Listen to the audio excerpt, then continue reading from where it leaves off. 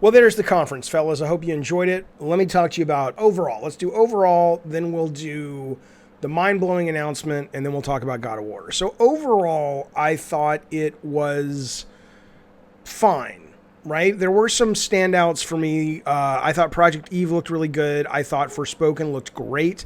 I'm still excited about Ghostwire and Spider-Man 2, which I knew was going to be there. That looked awesome. You know, I mean, they didn't show gameplay, but it's Wolverine, and then people are speculating that it's Morbius or even better yet, Kraven, the Hunter as the bad guys, and it's Miles and Spidey. So is it co-op? We don't really know much about it, but you can't go wrong with Spider-Man with Insomniac. So that was great. You know, but overall, the overall takeaway for me was, you know, I was disappointed. It's you gotta drill down and figure out where the disappointment's coming from, because I'm seeing a lot of people online saying it was not a great show. I don't think that's true in one sense, in the sense that if you like what Sony does, or if you love what Sony does, you're good. You've got Horizon coming, Spider-Man 2 coming. There's a remaster of Last of Us coming. That Kona Bridge of Spirits. That they, like Jim Ryan has been saying, they're going big. They're going cinematic. They go so far in the trailer as to say we're storytellers. It's so dumb. It's so dumb. It's like you're game makers first. It's different video. So it was good in that sense, right? It's more of what Sony's been doing well and better than any other company, and more of the same. It was disappointing in a couple of ways, though, because it continues to show Sony's lack of diversity across genres, which will it or won't it be an Achilles heel, especially with Game Pass coming on strong with I mean, if you look at Game Pass now, they've got platformers. They're the premier Western RPG company. It's just, I mean, the number of RPG studios that they have, many of these titles, or at least three, are Ghostwire, Deathloop, and I think there was one other one, are now owned by Microsoft. So these exclusives for Sony will ultimately be a one-off, right? So the variety and diversity of gameplay and game types is so much richer on Xbox at this point. So they didn't really do anything to counter that. They didn't really do anything to sort of plus up PS Plus or PS Now. And again, maybe they don't have to, but I think they need to. I think Game Pass is going to become a force that's going to be hard to reckon with, especially as you get fewer and fewer first-party titles because they take longer and longer to make. You're going to be seeing that comparison consistently when you go to buy a game. Oh, I can get this quote free on Game Pass, or I can pay $60 to $70 on PlayStation. So I think it was more of the same. And I think that's not good enough at a meta level, trying to read the tea leaves and put your ear to the train track and listen to where the business is going.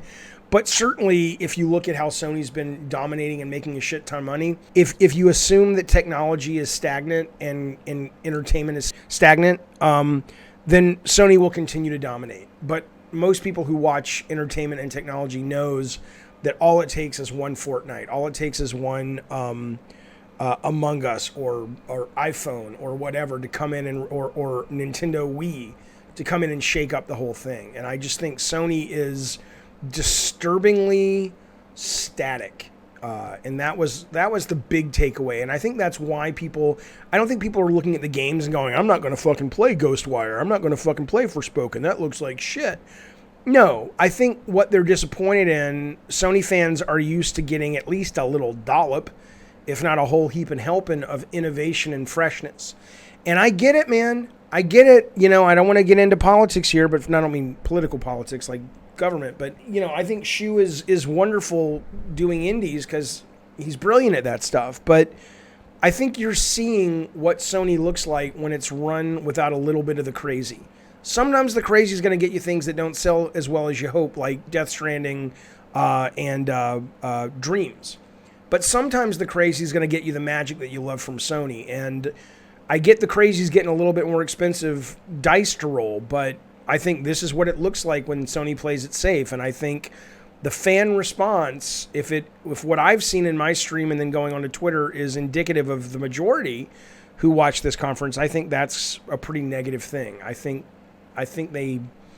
they're going to have to do something, whether they do it proactively or they get their asses handed to them and go, why isn't this working anymore? And then they make some changes. We'll see. But And I know they're working on some smaller titles, first party, that might be more innovative, but they didn't show any of that. You'd think they could have at least shown some concept art, like, what is Guerrilla working on? We don't need the whole announce. We don't need the title, but have a little segment. Like, if you go to Disneyland in California Adventure, there's a Imagineering section that you can go in and you can see blueprints and schematics, and you can see logo treatments of rides they're either doing or thinking about doing, but it gives you a sense of the long-term roadmap. I mean, even if in these conferences they're like, hey, we're not ready to announce Guerrilla's second game, which is a shooter. We're not ready to announce Jade Raymond's team's game, but let's just show you some of the things they're thinking about. Just at least, there was nothing, there's no heat, All right, let me talk about the mind-blowing one first. So Wolverine was what I was talking about. If you don't believe me, go back and look at the tweet. If you go back and look at the tweet, you can clearly, the only capital letters in the tweet are the letters B-U-B that spells bub. If you know Wolverine, that's kind of his catchphrase. That's what he says to people.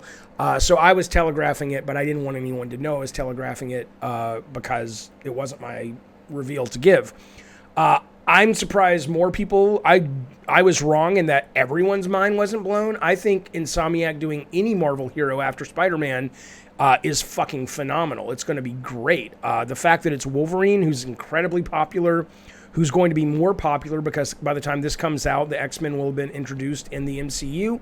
I don't think it'll be the same Wolverine, just like it's not the same, Tom Holland Spider-Man, but it'll be that character that people know and love and have gotten to love through the MCU again.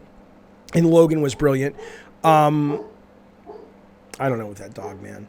I think it's going to be a fucking great game. I would have preferred Insomniac to say we're doing Doctor Strange. I think their creativity with weapon design and level design and just imagination would have been a good fit. I don't know. One moment.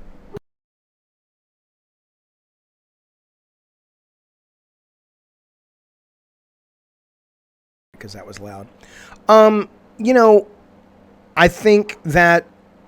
just think that they're, they may be like, hey man, we want to do something grounded. We want to do something that doesn't feel like frivolity. Is that the right word? Of Insomniac. So maybe, hang on. I'm going to shut this dog up. I'll be right back. That sounds terrible. Like I'm going to put him down. I'll be back.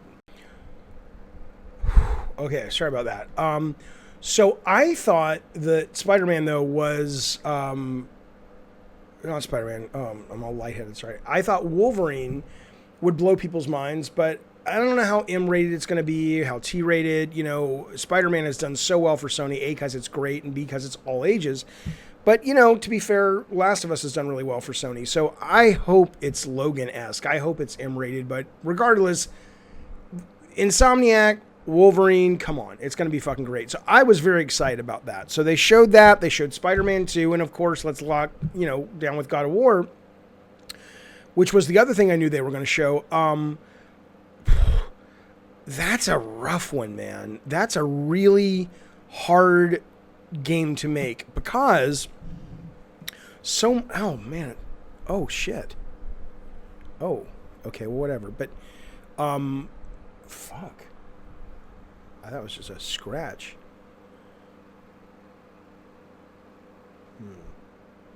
It doesn't matter. It's fine. It's fine. It's Ace he gets all crazy. God of War. God of War,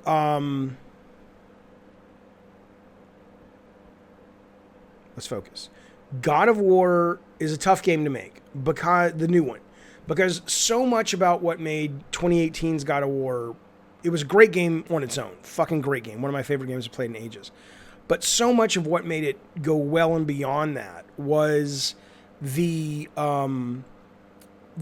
freshness of the meta, the awareness, the change in what it was as a 2005 to 2012 or whenever they stopped to the new God of War and how it evolved and matured depending on your point of view, and how the chains came back and you didn't know the chains were going to be there and how he was trying to literally in the story deal with that. There was something so clever about that framing that now that you can't pull that rabbit out of the same hat or that same rabbit out of the same hat again, I